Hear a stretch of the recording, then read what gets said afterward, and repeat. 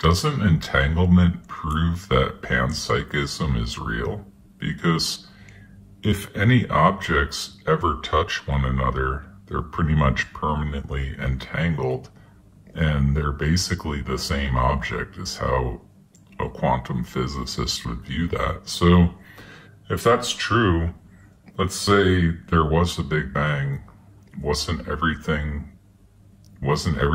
contained in that Big Bang? Like in the, the singularity, the point that blew up?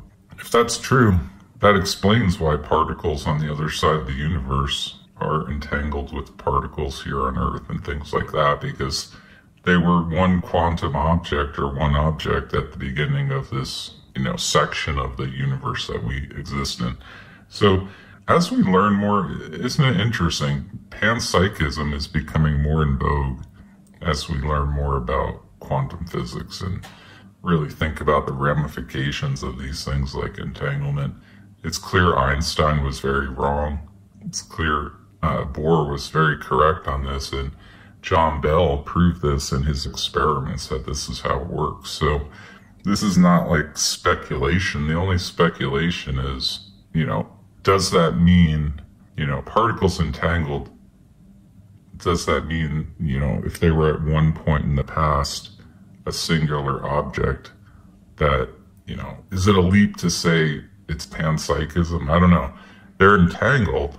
Are they, conscious? Are they, that is a leap, as always. But, they are the same object, and that gets into an interesting concept, because I've sometimes wondered if the universe is like a conscious entity in itself, like maybe, ideas like brains, B-R-A-N-E, that type of brain, membrane, things like that. We're in the dream of God. I'm sure you've heard that. Like, there's a lot of theories out there. This seems to support those theories more than it doesn't, right? Like, I don't know.